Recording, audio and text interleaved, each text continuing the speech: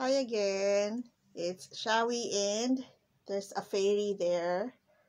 My guest, my daughter. Say hi kay Relax. Hi. Yeah, and she promised to sing along with me later. So, nung nasa Pilipinas pa, I really love traveling, no?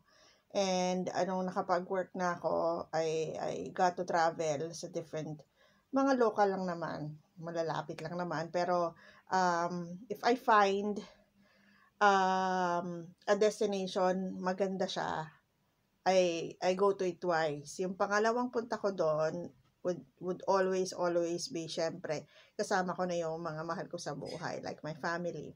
So, tuwing may pupuntahan kami na resort or beach or destination, yung una ako yung pupunta, pangalawa yung sila mama, kasama ko si Jay, yung mga kapatid ko, kasama ko, lalo na yung mga pamangkin ko.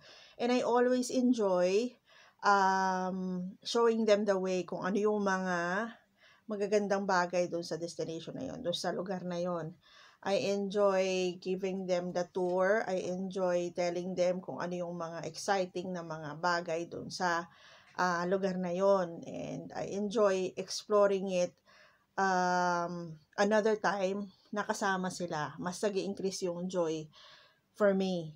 Kasi may kasama na ako and they feel safe na pag sinabi kong nasubukan ko na yan, ginawa ko na yan, napuntahan ko na yan, punta tayo dyan, masaya dyan.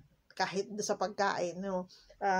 When I say na ako, ito yung orderin natin, they take my opinion and kasi alam nilang na-enjoy ko yun, nasiyahan ako at hindi ko i-recommend ng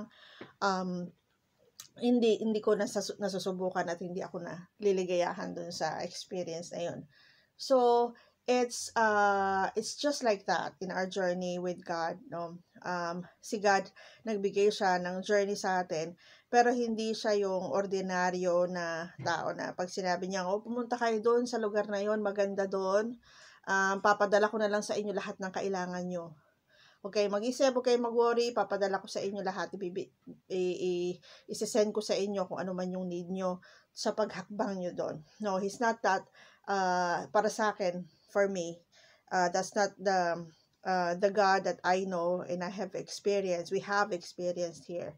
Kasama namin siya doon sa journey, and I know that whatever and wherever we go through or whatever na madatna namin dun sa paglalakbay namin, kasama namin siya, hindi lang siya nakatingin from up above. He is also experiencing the things that we are experiencing, pero this time, may assurance na don't worry kasi after ng hurdle na yan, kahit na kunyari umaakyat kayo ng hill, He knows na may hangganan yung hill na yon, and at the top of that is a very wonderful view.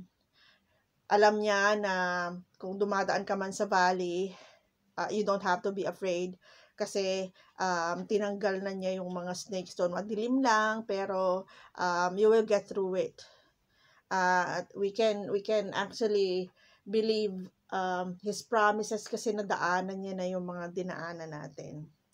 And sa journey na ibinigay niya sa atin, He is with us. That's assurance enough na we will get through. This song that I really love singing, title niya Hills and Valleys ni Torrin Wells, no?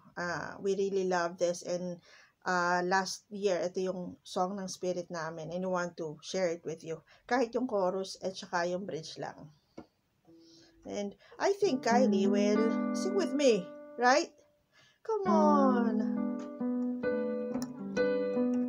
Fine. On the mountains I will bow my life to the one who set me there. In the valley I will lift my eyes to the one who sees me there. When I'm standing on the mountain, I didn't get there on my own. When I'm walking through the valley, I know I am not alone.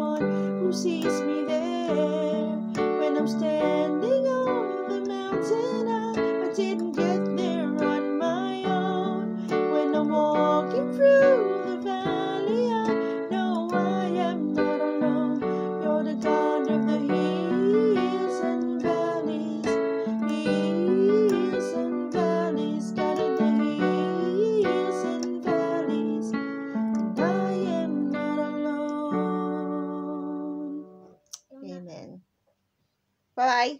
God bless. You're not alone.